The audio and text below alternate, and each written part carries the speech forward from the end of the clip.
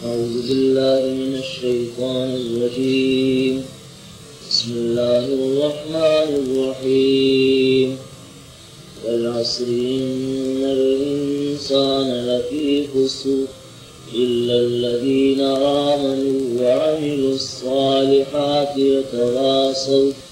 وتواصوا بالحق وتواصوا بالصبر. قسم ہے زمانے کی، بے شک انسان البتہ بڑے خسارے میں ہے، مگر ہاں وہ لوگ جو ایمان لائے اور انہوں نے اچھے عمل کیے اور ایک دوسرے کو حق کی دعوت دی یا فہمائش کی، وصیت کی، اور ایک دوسرے کو صبر کی تلقین کرتے رہے۔ حقیقت ایمان کے بارے میں بیان چل رہا تھا اور اس سلسلے میں ایمان مفصل کا بیان شروع ہوا تھا اور دو چیزیں بیان کی گئی تھیں۔ آمنت باللہ کا کیا مطلب ہے اور وملائکتہ کا کیا مطلب ہے۔ آمنت باللہ میں ذوات کے اعتبار سے یقین کی درستگی کا مطالبہ ہے کہ اللہ کی ذات اصل ہے، اللہ کی ذات کے مقابلے میں جتنی ذاتیں ہیں وہ سب مخلوق کی ذاتیں ہیں، وہ اصل نہیں ہیں۔ کرنے والی ذات ایک خدا کی ہے، ہوتا خدا کی ذات سے ہے سب کچھ۔ ساری مخلوق ایک کام کرنا چاہے، خدا نہ چاہے نہیں ہو سکتا۔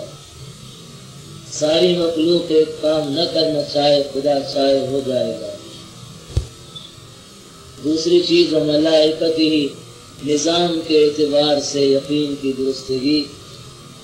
انسان کی ذات کا اپنا نظام اصل نہیں، دنیا کی حکومتوں کا اصل نظام اصل نہیں، فوجوں کا نظام اصل نہیں، پولیس کا نظام اصل نہیں۔ اللہ جل شانہ کی وہ فوجیں اور وہ پولیس جو خفیہ ہماری نگاہوں سے چھپی ہوئی ہے لیکن اس عالم میں موجود ہے، اس عالم میں بھی موجود ہے، جن کا نام فرشتے، جن کو فرشتے کہا جاتا ہے، وہ اللہ کا جو غیبی نظام فرشتوں کے ذریعے چل رہا ہے وہ اصل ہے۔ ہوگا وہی جو اللہ کے نظام کے اعتبار سے فیصلہ ہوگا، مخلوق کے نظام سے کچھ نہیں ہوگا۔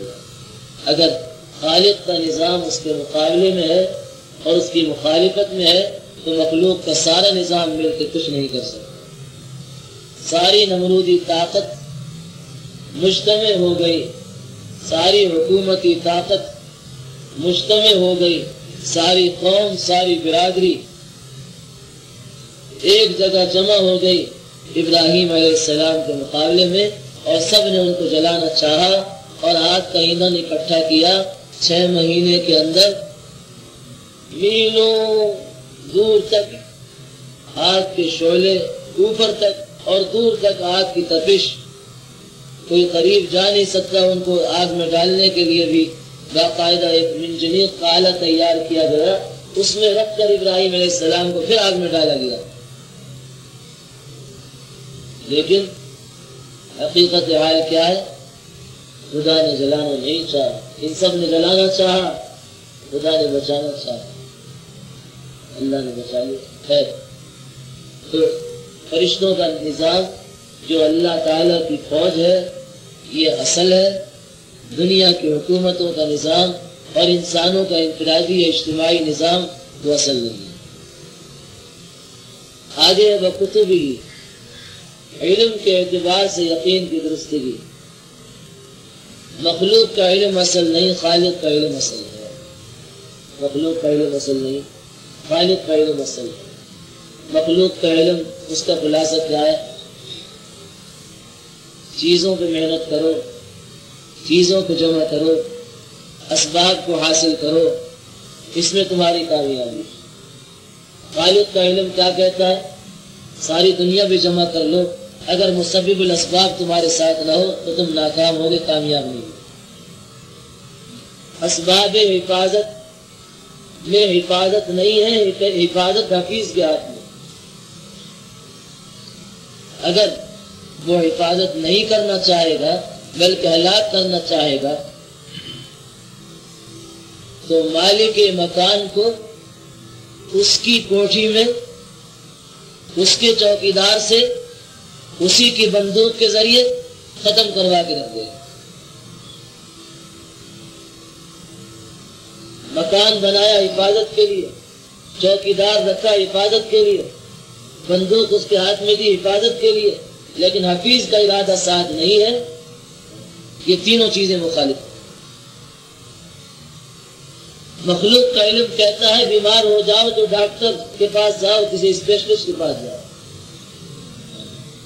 جو جتنا بڑا مالدار ہوتا ہے اتنے بڑے ڈاکٹر کے پاس جاتا ہے اور تلاش کرتا ہے، منت خوشامد بھی ہوتی ہے، خاطر تواضع بھی ہوتی ہے، اور اعلیٰ سے اعلیٰ دوائیاں، اور صاحب اس کا علاج تو وہاں ہوگا امریکہ میں جائیے، امریکہ چلے گئے صاحب۔ کتنے آپ تحقیقات کیجئے، کتنے بیمار ایسے ہوں گے دنیا کے بڑے سے بڑے ملک میں چلے گئے لیکن صحت نہیں ملی۔ جناب صاحب یہ مخلوق کا علم ہے کہ دوا اور ڈاکٹر سے صحت ملتی ہے۔ خالق کا علم کیا کہتا ہے؟ جب تک هو الشافی وَإِذَا مَرِضْتُ فَهُوَ يَشْفِي، جب میں بیمار ہوتا ہوں تو شفا دینے والا صرف ایک خدا ہے۔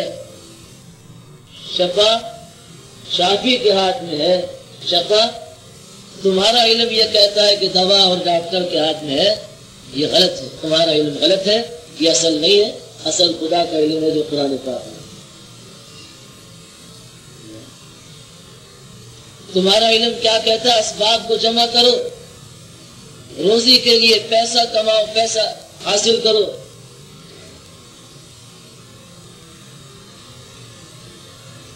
اور وہاں خالق کا علم کیا کہتا ہے؟ جناب عالی ملے گا اتنا ہی جتنا تمہارے مقدر میں، خدا نے جتنا تمہارے مقدر میں لکھ دیا اتنا ہی ملے گا۔ چور جو چوری کرتا ہے نا، وہ اگر اس کو استعمال کر لیتا ہے تو وہ اس کے مقدر میں اتنی روزی اس کو ملنی تھی، لیکن اس حلال طریقے سے اس کو ملنی تھی، لیکن اس نے حلال کو حرام سے بدل لیا۔ اور اگر اس کے مقدر میں وہ چیز نہیں ہوتی تو پکڑا جاتا ہے، مال بھی چنتا ہے، پٹائی الگ ہوتی ہے، رسوائی الگ ہوتی ہے۔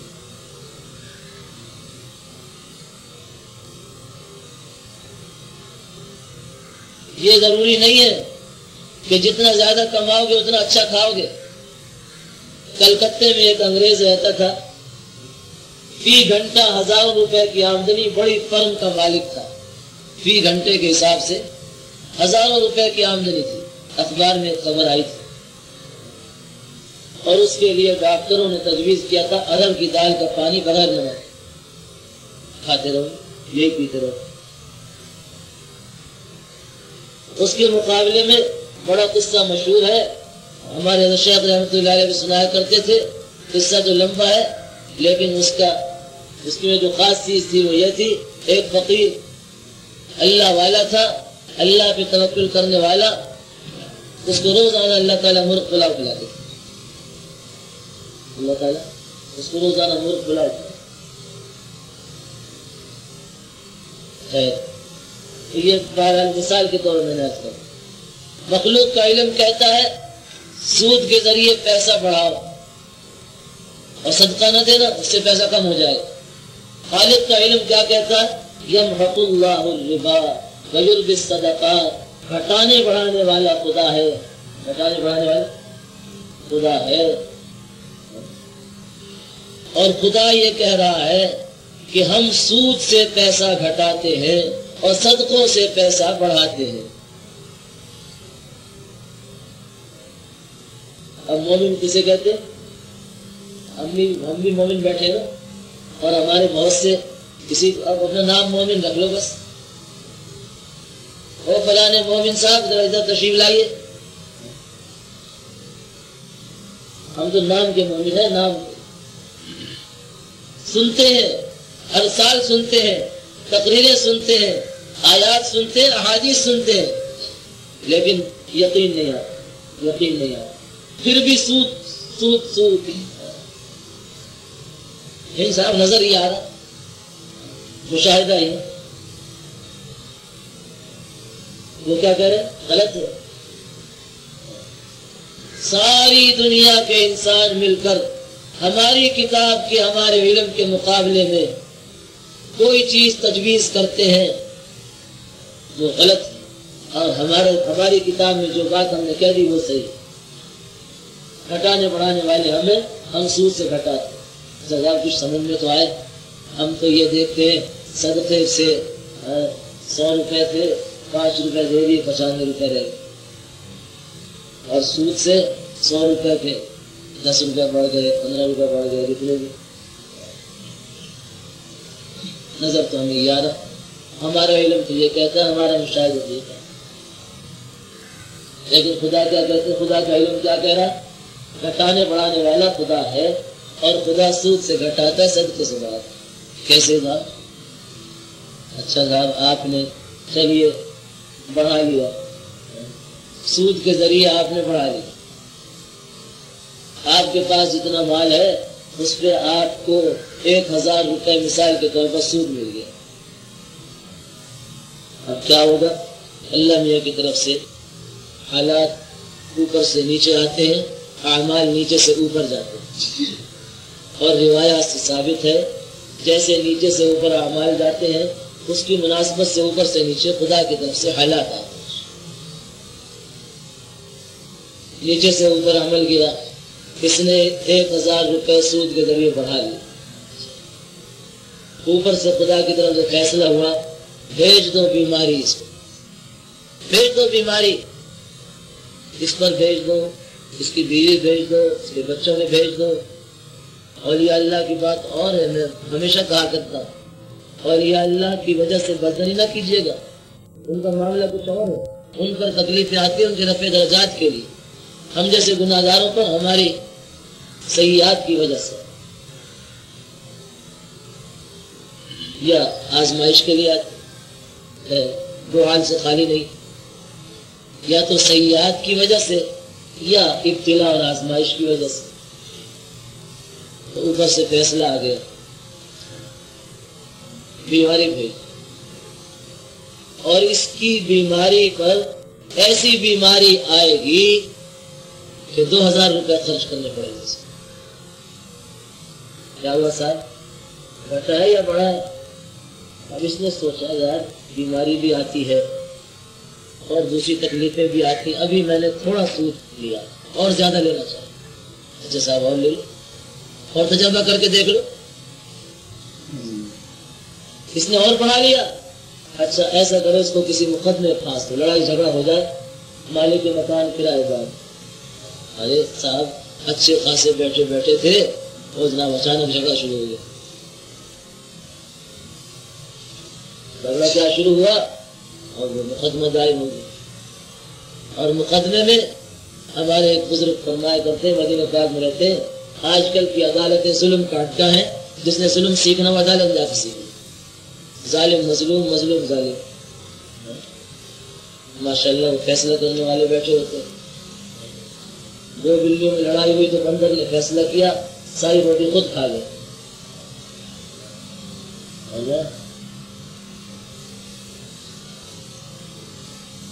اب پھانس دیا مقدمے میں، صاحب 1,00,000 روپے خرچ ہو گئے، جناب آپ واقعات سنتے رہتے ہوں گے، ہم نے بھی سنے ہیں، صاحبزادے تمہارے جو 1,00,000 روپے مقدمے میں خرچ ہو گئے اور ابھی تک مقدمے کا فیصلہ نہیں ہوا، اور 10 سال ہو گئے مقدمہ چلتے چلتے،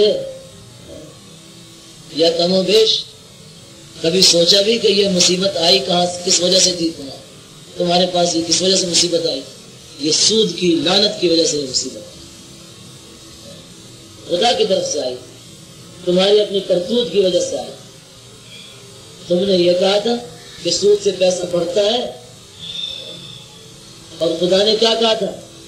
بڑھانے گھٹانے والے ہم سود سے پیسے گھٹاتے ہیں۔ یہ میں نے مثال کے طور پر عاقل لا اشارہ کافی تھوڑا سا آپ کو بتا دیا۔ ایسے ہی ساری چیزوں میں دیکھو، مخلوق کا علم یہ کہے گا فلاں چیز سے یہ ہوتا ہے، فلاں چیز سے یہ ہوتا ہے، دیکھو ریسرچ ہوئی ہے، تحقیقات ہوئی ہیں، اس میں یہ تاثیر ہے، اس میں یہ تاثیر ہے، اس میں یہ فائدہ ہے، اس میں یہ نفع ہے اور اس میں یہ نقصان ہے۔ وہ کہتے ہیں نفع نقصان ہمارے ہاتھ، وہ کیا کہتے ہیں؟ نفع نقصان ہمارے ہاتھ،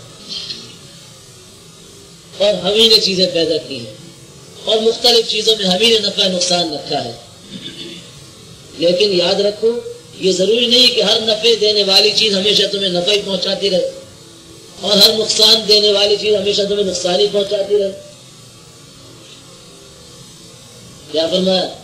فرمایا ساری مخلوق مل کر اگر تجھے نفع پہنچانا چاہے، سرکار دو عالم صلی اللہ علیہ وسلم نے حضرت عبداللہ ابن عباس رضی اللہ تعالی عنہما سے فرمایا یا غلام علموا کلمات، اے صاحبزادے چند باتیں سکھاتا ہوں، سیکھ لے۔ کیا خوش قسمت لوگ ہوں گے وہ جو سرکار دو عالم صلی اللہ علیہ وسلم کے ساتھ سواری پہ بیٹھا کرتے تھے۔ آگے حضور پاک صلی اللہ علیہ وسلم اونٹ پہ بیٹھے ہوئے ہیں اور یہ حضور پاک صلی اللہ علیہ وسلم کے پیچھے آپ کے جسد اطہر سے ساتھ لگے ہوئے بیٹھے اور آپ تعلیم دے رہے ہیں، سفر کے دوران تعلیم دے رہے ہیں۔ یا غلام علموا کلمات، اے صاحبزادے چند باتیں میں تجھے سکھاتا ہوں، خوب اچھی طرح سیکھ لے۔ احفظ اللہ یحفظک،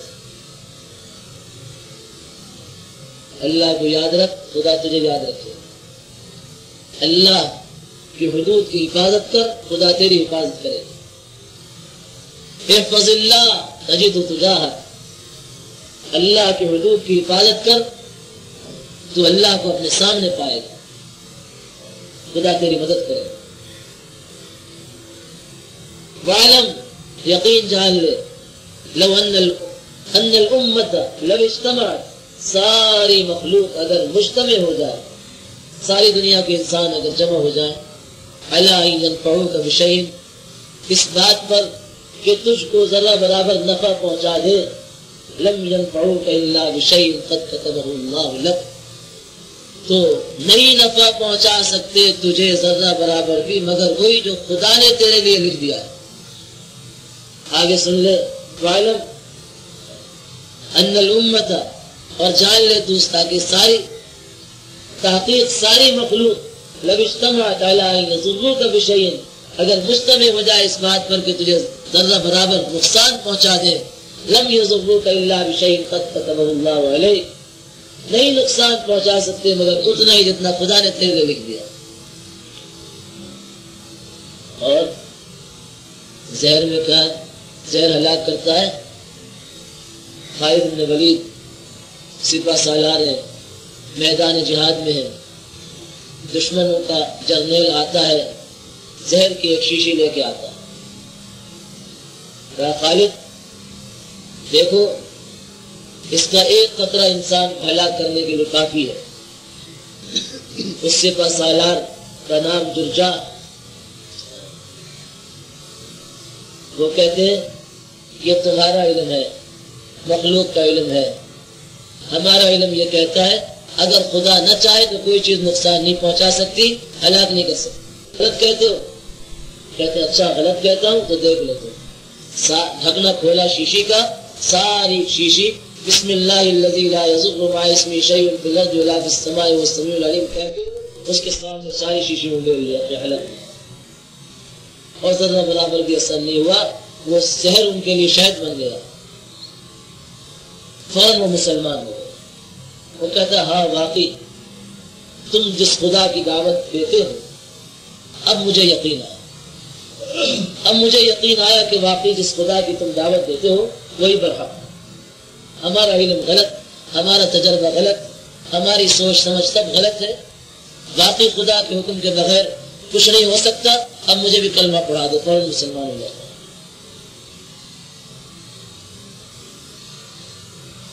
مخلوق کا علم کیا کہتا ہے؟ جس کے پاس زیادہ اسباب ہوں گے اور جس کی تعداد زیادہ ہوگی اور جس کے پاس ہتھیار زیادہ ہوں گے وہ کامیاب ہو، اس کو پتہ ہوگی۔ خالد کا علم کیا کہتا ہے؟ اٹھاؤ تاریخ کو. خالق کا علم کیا کہتا ہے؟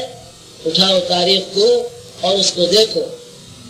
کم من فئۃ قلیلۃ غلبت فئۃ کثیرۃ باذن اللہ. کس قدر گروہ اور کس قدر جماعتیں، چھوٹی جماعتیں بڑی بڑی جماعتوں پر غالب آ چکی ہیں اللہ کے حکم سے. اور سب سے پہلی جنگ عظیم اسلام میں جنگ بدر ہوئی ہے. اس میں غور کر لیجئے. ایک طرف مسلمانوں کی حالت کو دیکھ لیں، ان کی تعداد کتنی ہے، ان کے پاس اسباب کتنا ہے. اور دوسری طرف کافروں کو دیکھ لیں، ان کی تعداد کتنی ہے اور ان کے پاس اسباب کتنا ہے، ہتھیار وغیرہ کتنے ہیں. اور پھر انجام کو، نتیجے کو دیکھ.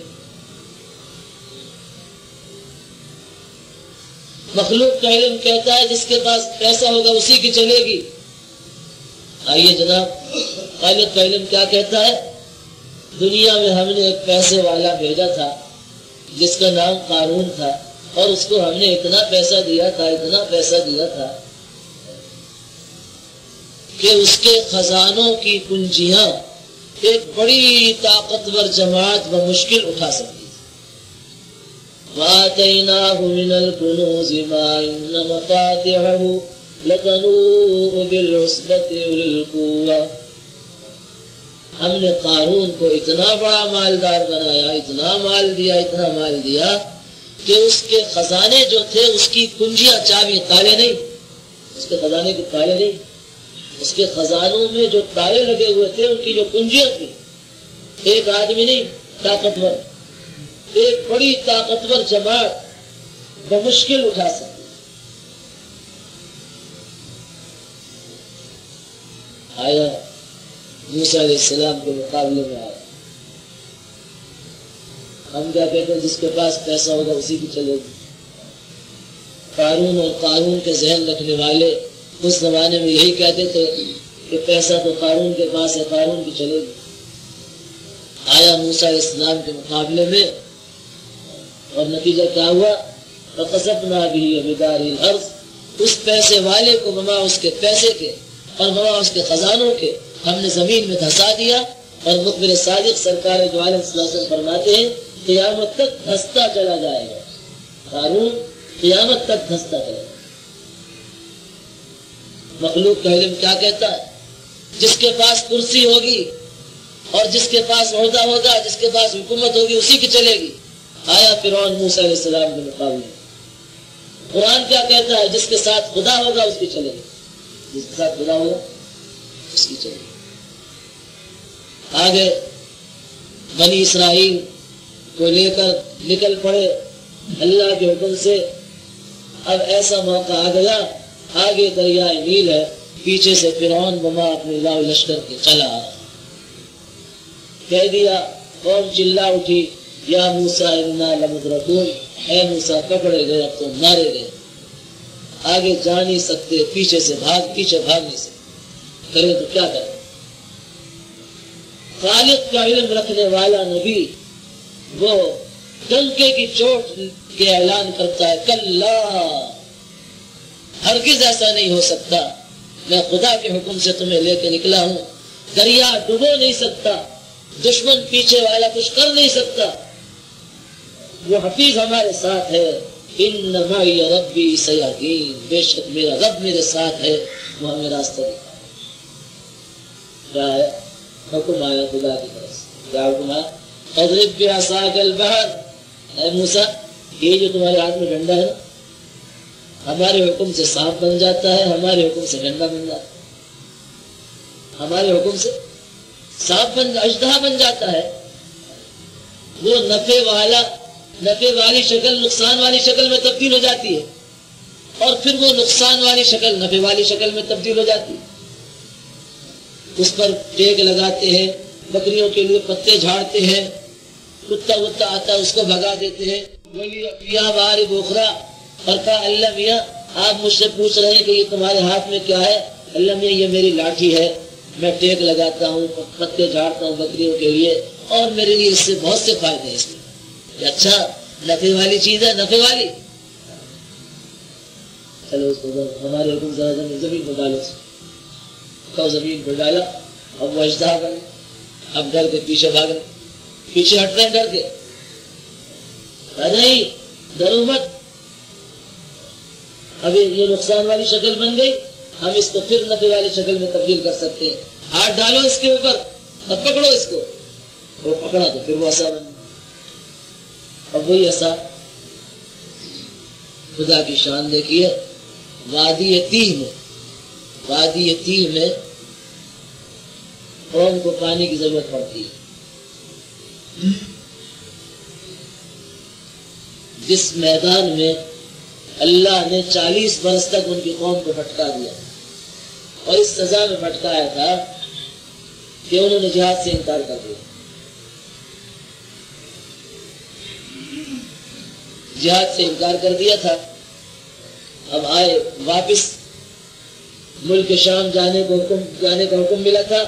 جاؤ اپنے ملک کو، تمہارا آبائی وطن وہی ہے، اس کو آزاد کراؤ دشمنوں سے اور جا کے جہاد کرو. وہاں گئے تو معلوم ہوا بڑی عمالقہ، بڑی زبردست طاقتور قوم ہے، ان سے کیسے ہم مقابلہ کریں گے؟ کچھ بچ جائیں گے، کچھ مارے جائیں گے، کیا ہوگا؟ اے موسیٰ، ہمارے اندر تو بس کی بات نہیں، لڑنے کی ہماری بس کی بات نہیں ہے. اذهب انت وربك فقاتلا انا هاهنا قاعدون. تم جاؤ، تم اور تمہارے رب جا کے لڑ لیں ان سے، ہم تو یہیں بیٹھے. اور ہم تو واپس مصر جائیں گے. بتیرا سمجھائے نہیں مانے. اب مصر آنے کے لیے ملک شام اور مصر کے درمیان میں ایک چھوٹا سا تقریباً 10 میل کا رقبہ ایک میدان کا پڑتا ہے جس کا وادی تیہ ہے. اس میں خدا نے ایسا بھٹکایا، ان کو ایسا بھٹکایا کہ روزانہ صبح سفر کرتے اور شام کو ایک منزل پہ پہنچتے، اور جب صبح ہوتی تو معلوم ہوتا جہاں سے چلے تھے وہیں موجود. 40 برس تک خدا نے بھٹکا دیا. 40 برس تک. اچھا صاحب، اس 40 برس میں پھر ضروریات کی کفالت کیسے ہوئی؟ یہ اللہ نے حضرت موسیٰ علیہ السلام کی دعا کی برکت سے اللہ نے ان کے لیے وہی سارے انتظامات کروائے اپنی قدرت سے. روزی کی ضرورت تھی، اپنا تجارت ملازمت کر سکتے ہیں، کوئی شہر ویر نہیں، کچھ نہیں، نہل چلا سکتے ہیں، پاس کچھ نہیں ہے کہ چلو کوئی بات نہیں، تم نے تو ہماری نافرمانی کی ہے لیکن ہم اپنے نیک بندے کی دعا کو قبول کرتے ہیں، چلو تمہارے لیے بغیر محنت کے یہیں روزی کا انتظام کر دو. ترنجبین اور بٹیرے. وانزلنا علیکم المن والسلوی، ہم نے تم پر ترنجبین اور بٹیرے نازل کیے، نمکین بھی اور میٹھا بھی، دونوں چیز. ایسا دھوپ لگے گی تو کیا ہوگا؟ دھوپ سے کیسے بچیں گے؟ مکان نہیں ہے. وَظَلَّلْنَا عَلَيْكُمُ الْغَمَامَ، ہم نے تم پر بادلوں کا سایہ کر دیا.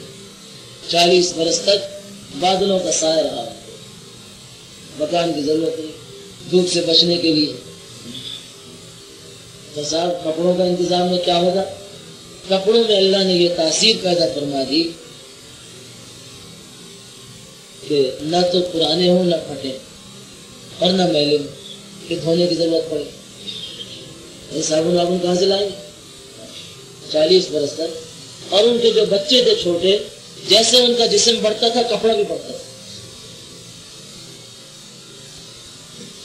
وہی جوڑے جو ان کے جسموں پر تھے 40 برس تک، کئی ان میں مر بھی گئے ہوں گے، ختم ہو گئے ہوں گے، بچے جوان ہو گئے، جوان بوڑھے ہو گئے، لیکن کپڑوں میں اللہ نے یہ تاثیر رکھ دی، نہ میلے ہوں، نہ پھٹے، نہ پرانے ہو. روشنی کے لیے کیا ہو؟ ایک عمودی شکل میں، ایک مینار کی شکل میں خدا نے روشنی کا مینار قائم فرما دیا. رات کے وقت روشن ہو جاتا تھا اور میلوں دور تک اس کی روشنی پڑتی تھی.